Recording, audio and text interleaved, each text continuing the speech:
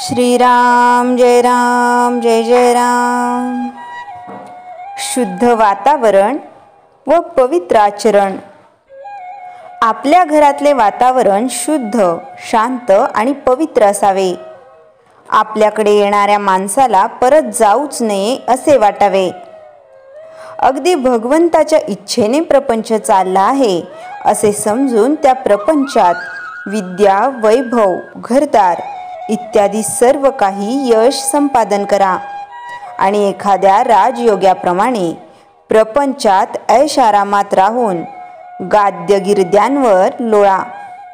पण हे करीत असताना तुमचे अंतःकरण मात्र भगवंताच्या प्रेमाने ओथंबलेले राहू द्या।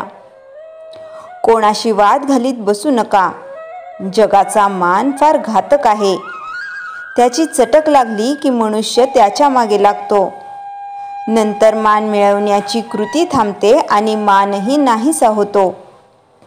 जगातले अजिंक्य पुरुष सुद्धा कुठेतरी विषयात गुंतलेले असतात, तिथे त्यांचा घात होतो।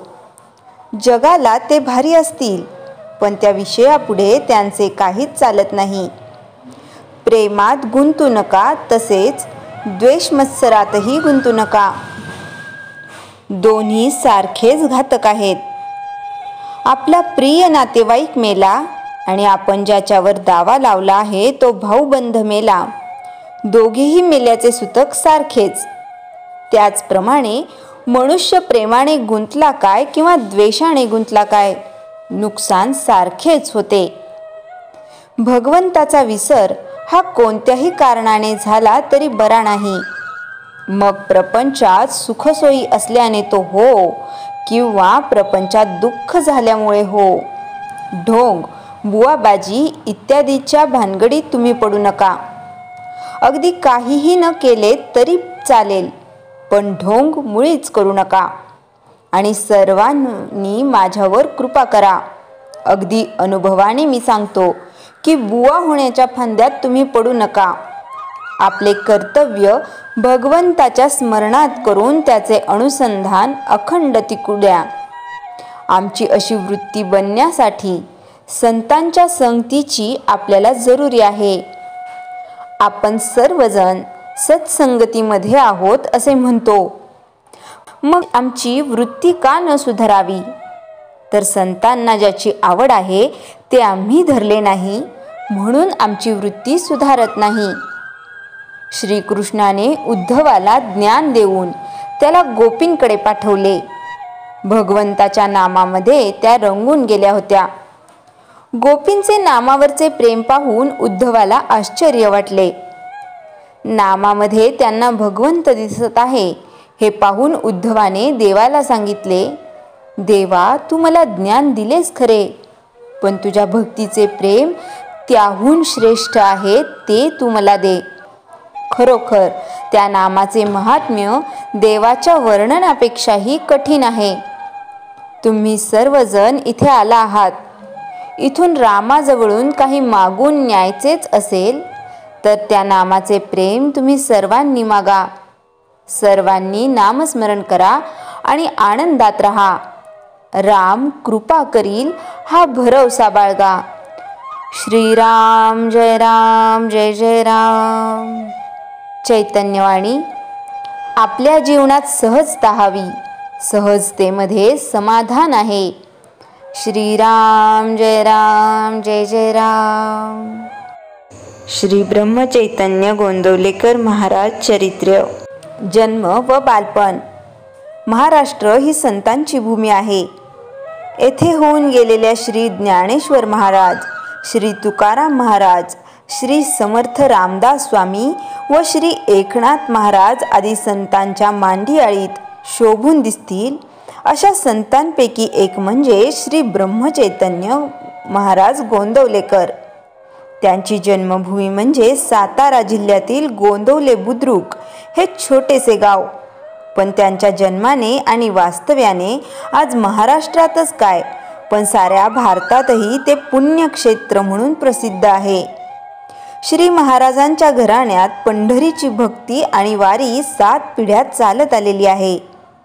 अशा या सात्विक कुटुंबात रावजी आणि सौ गीताबाई या जोडप्याचे पोटी बुधवार माघ शुद्ध द्वादशी शके 1766 इसवी सन 19 फेब्रुवारी 1845 या दिवशी सूर्योदयाच्या सुमारास श्री महाराजांचा जन्म झाला. त्यांचे आजोबा लिंगोपंत आणि सौ राधाबाई यांना तर अत्यानंद झाला. पाळण्यात नाव गणपती असे ठेवले. हे गौरवर्णी गुटगुटीत आनंदी बाळ साहजिकच सर्व प्रिय झाले. बाळ थोडे मोठे होताच त्याच्या अंगचे अलौकिक गुण प्रकट होऊ लागले. भगवत भजनाची अतोनात आवड, एक पाठीपणा, तसेच अन्नदानाचे अतीव प्रेम आणि दीनदुबळ्यांच्या कळवळा पाहून आजोबा धन्य झाले. पुढे योग्य वेळी मुंज झाल्यावर गणूने उपाध्यायांकडून त्यांची सारी विद्या अगदी अल्पावधीतच आत्मसात केली. अध्यात्माची ओढ वाढतच होती आणि अखेर 9व्या वर्षीच 2 सोबत्यांसह गणूने गुरुशोधार्थ घरातून पलायन केले. पण त्यांचा लवकरच शोध लागला आणि हा प्रयत्न विफल झाला. 11व्या वर्षी गणूचा विवाह करण्यात आला. त्यानंतर लवकरच आजी व आजोबा दोघेही स्वर्गवासी झाले.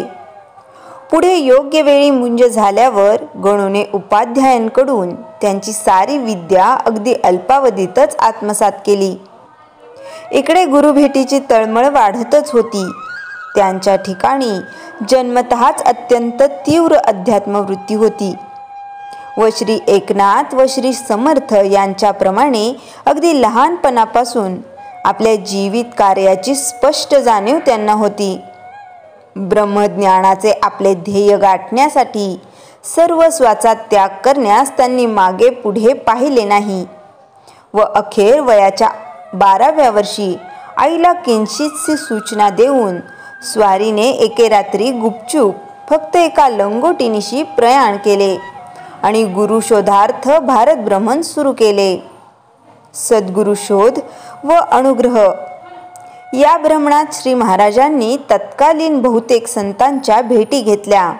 हरिपूर सांगली येथील साध्वी राधाबाई, मिरजेचे सत्पुरुष अण्णाबुवा, साटाण्याचे देव मामलेदार, अक्कलकोटचे श्री स्वामी, हुमानाबादचे माणिक प्रभू, काशीचे तैलंग स्वामी, दक्षिणेश्वरचे श्री रामकृष्ण परमहंस आदी सर्वांनी अति प्रेमाने त्यांना जवळ केले. पण तुझे गुरुपद माझ्याकडे नाही म्हणून सांगितले.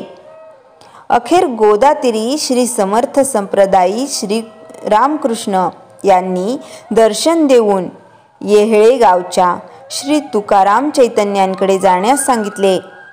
तेथे गेल्यावर मात्र त्यांना पूर्ण समाधान झाले. 9 महिने तेथे त्यांनी अविरत अविश्रांत गुरुसेवा केली. गुरूंनी खडतर कसोट्या घेऊन त्यांची देहबुद्धी पूर्णपणे नष्ट झाल्याची खात्री करून घेतली. अखेर संतुष्ट होऊन अनुग्रह केला आणि ब्रह्मचैतन्य असे नाव ठेवले. मनासारखा सद्गुरू भेटल्यावर त्याने सांगितलेल्या मार्गाने जाऊन वयाच्या केवळ 15व्या वर्षी त्यांनी पूर्ण सिद्धावस्था प्राप्त करून घेतली. आत्मज्ञान अंगी मुरविण्यासाठी 2 वर्षे नैमिषारण्यात आत्मचिंतनासाठी जावे आणि मुख्य तीर्थक्षेत्र करून मग घरी जावे ही गुरु आज्ञा शिरसावंद्य करून ते निघाले. श्रीराम जय राम जय जय राम. जयाच्या जणी जन्मनामार्थ झाला, जयाने सदा वासनामात केला. जयाच्या मुखी सर्वदा नाम कीर्ती, नमस्कार तया ब्रह्मचैतन्य मूर्ती. श्रीराम जय राम जय जय राम. जानकी जीवन स्मरण जय जय राम.